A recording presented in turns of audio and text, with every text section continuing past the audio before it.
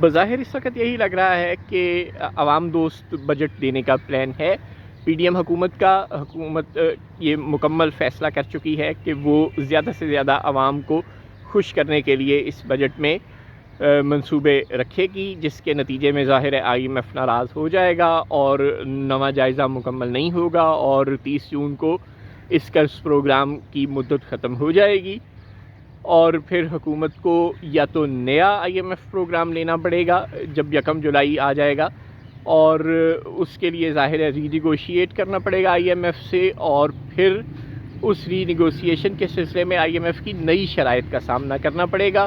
اور آئی M F کی سب سے بڑی شرط بلا شبہ اب کی طرح تب بھی یہی ہوگی کہ پہلے آپ ہمیں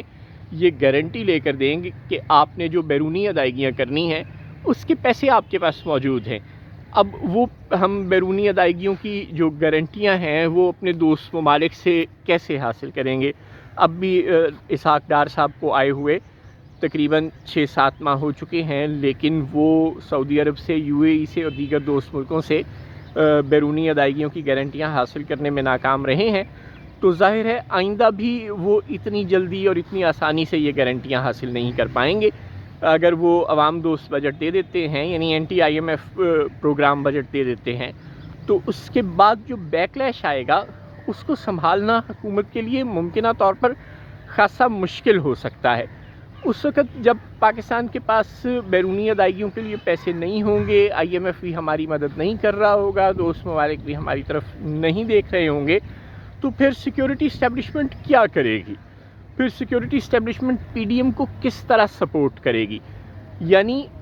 پی ڈی ایم کی اپنی نااہلی کی وجہ سے عین ممکن ہے کہ اگلے 2-4 ماہ میں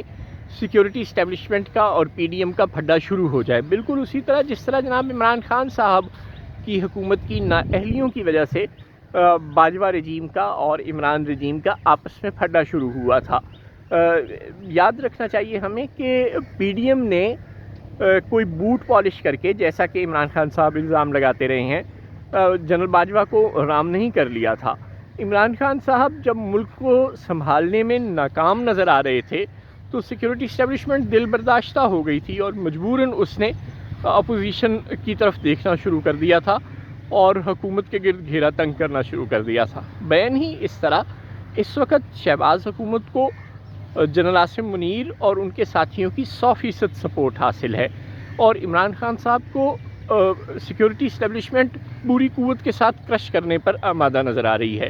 یعنی اپوزیشن سے اس وقت کی حکومت کو کوئی خطرہ نہیں ہے، اور سیکیورٹی اسٹیبلشمنٹ اور حکومت بھی اس وقت ایک ہی پیج پر ہیں، اور بلا شبہ یہ حکومت بھی گزشتہ حکومت کی طرح سلیکٹڈ حکومت ہی ہے۔ لیکن ان تمام سٹیٹس کے حاصل ہونے کے باوجود جب حکومت معاشی میدان میں ناکام ہوتی ہے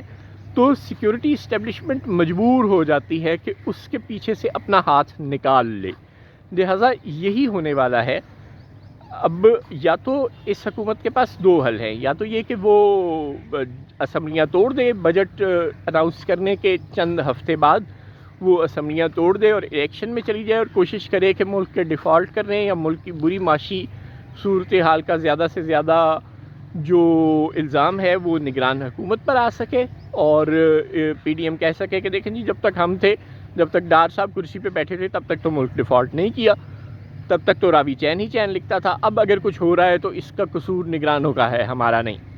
یا تو ان کے پاس یہ آپشن ہوگی کہ وہ بجٹ کے چند ہفتوں بعد اسمبلیاں ڈیزالو کر دیں، بڑے بڑے منصوبوں کا اعلان کر کے کہ آپ گھبرائیں نہ، ہم جب اگلی بار حکومت میں آئیں گے تو یہ سب کچھ کریں گے،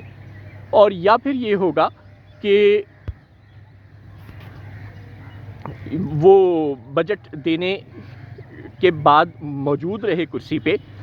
تو پھر انہیں بہت زیادہ تنقید کا سامنا کرنا پڑے گا، اور ملک کے دیوالیہ ہونے کی صورت میں ان کا ووٹ بینک مزید شرنک کر جائے گا، اور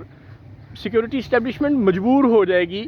کہ وہ کسی تیسری قوت کو آزمانے کے لیے، کوئی تیسری قوت تیار کرنے کے لیے، کوئی نئی سیاسی پارٹی تیار کرنے کے لیے جہانگیر ترین ٹائپ لوگوں میں اپنے جانشین تلاش کرے۔ السلام علیکم۔